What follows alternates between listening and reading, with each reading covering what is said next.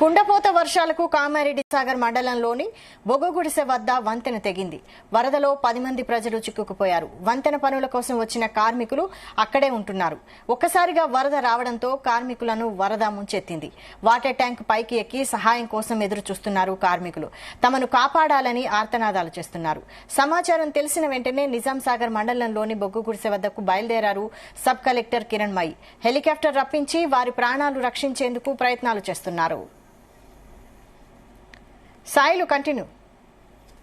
అయితే మొత్తానికైతే ఈ నిజాం సాగర్ మండలం బొగ్గు గుడిసె దగ్గర ఇప్పటికిప్పుడే అధికారులు పూర్తి స్థాయిలో అక్కడికి చేరుకున్నారు. అయితే సబ్ కలెక్టర్ కిరణ్ మయి పూర్తిగా పర్యవేక్షిస్తున్నారు. కలెక్టర్ కామారెడ్డి నుంచి, అదేవిధంగా ఎస్పీ వాళ్ళు రాకేష్ చంద్ర గారు, వీరంతా అక్కడ సహాయక చర్యలు చేపట్టడానికి రెస్క్యూ టీమ్స్ ను కూడా ఇప్పుడు పంపించారు. అయితే ప్రధానంగా ఇంకో 10-15 నిమిషాలలో రెస్క్యూ టీమ్స్ కూడా ఇక్కడికి చేరుకునే అవకాశాలు ఉన్నాయి. అయితే వారంతా చేరుకొని తర్వాత వారు ఏదైతే 10 మంది ప్రాణాలు అక్కడ చిక్కుపోయారో వారందరినీ రక్షించేందుకోసము ముమ్మర ఏర్పాట్లు చకచకా చేస్తున్నారు. అయితే ఖచ్చితంగా హెలికాప్టర్లు రప్పిస్తే తప్ప హెలికాప్టర్ పై నుంచి రెస్క్యూ టీమ్ ను కిందికి దించి వారిని ఒక్కొక్కరుగా పైకి ఎక్కించి వారి ప్రాణాలు రక్షిస్తేనే వారు రక్షించబడతారని చెప్పేసి అధికారులందరూ ఒక తుది నిర్ణయానికి వచ్చారు.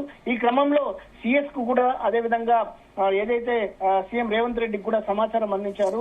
అయితే ప్రధానంగా ఇక్కడున్న ఎమ్మెల్యే లక్ష్మీకాంతరావు గాని, తర్వాత ఇక్కడున్న ప్రభుత్వ సలహాదారు ఏదైతే వ్యవసాయానికి సంబంధించిన కమిషన్ కు సంబంధించిన మన పోచారం శ్రీనివాసరెడ్డి మాజీ మంత్రి గారు, స్పీకర్ గారు మనకు ఆయన కూడా ఎప్పటికప్పుడు అధికారులతోటి ఏర్పాట్లు చేస్తున్నారు.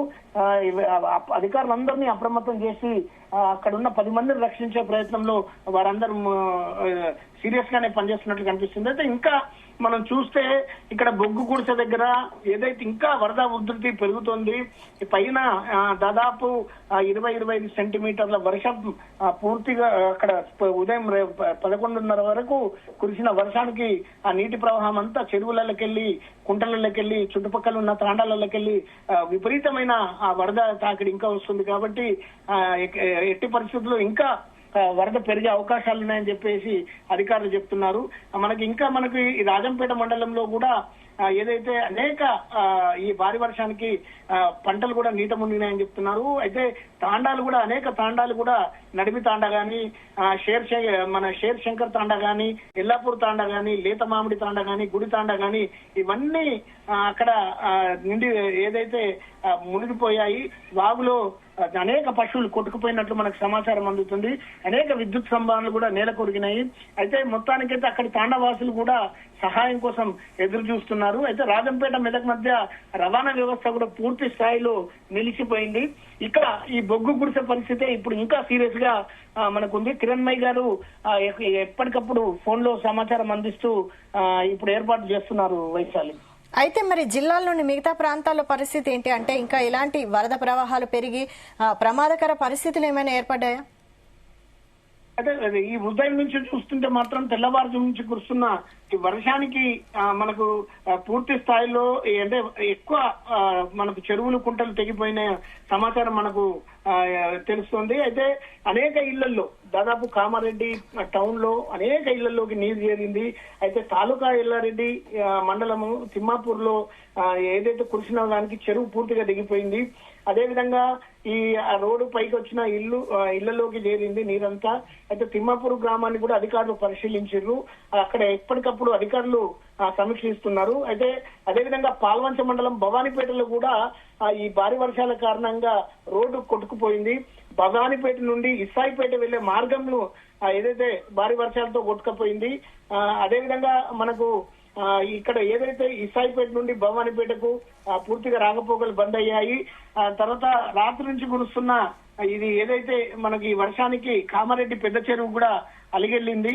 పాల్వంచ వాగు, భీమేశ్వరం వాగులు కూడా పొంగి పొర్లుతున్నాయి. అయితే అక్కడ కూడా పలు గ్రామాలకు రాకపోకలు బంద్ అయ్యాయని చెప్పేసి మనకు సమాచారం అందుతుంది. అయితే జిల్లా కేంద్రంలో మాత్రం ఏదైతే కకావికలమైన పరిస్థితులు ఏర్పడుతున్నాయి.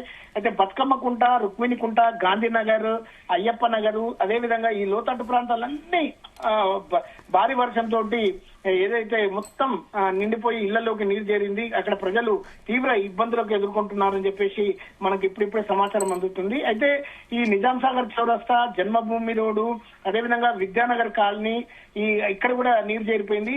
బిక్కనూరు, బీబీపేట్, మాచారెడ్డి, తాడవాయి, రాజంపేట్ ఈ మండలాల్లో కూడా ఇంకా భారీ వర్షం కురుస్తుంది. ఈ భారీ వర్షం నేపథ్యంలో కామారెడ్డి జిల్లాలో స్కూల్స్ కి సెలవు ప్రకటించినట్టు తెలుస్తోంది. అప్డేట్ ఏంటి? ఇప్పుడే ఏదైతే ఈ రోజు వినాయక చవితి పండుగ సందర్భంగా మనకు ఇదే ఏదైతే పండుగ సందర్భంగా బంద్ ఉన్నప్పటికీ కూడా ఏదైతే కొన్ని హాస్టల్స్ లో గానీ, తర్వాత అక్కడ ఉన్న చుట్టుపక్కల కొన్ని ఉర్దూ మీడియం స్కూల్స్ గానీ, ఈ స్కూళ్లకు మాత్రం ఈ క్రిస్టియన్ స్కూల్స్ గానీ ఇవన్నింటినీ పాఠశాలకు సెలవు ప్రకటిస్తూ ఇప్పుడే కలెక్టర్ గారు ఆర్డర్స్ కూడా ఏదైతే రిలీజ్ చేశారు. అయితే ఉర్దూ మీడియం స్కూల్స్ లో కూడా విద్యార్థులు ఎక్కడ ఇబ్బందులు ఎదుర్కోవాల్సిన పరిస్థితి ఏర్పడుతుందేమో అని చెప్పేసి ముందస్తుగా ఈ బంద్ను పాటించినట్లుగా మనకు ఇప్పుడే సమాచారం అందింది. Vaishali. Okay, thank you Sailu.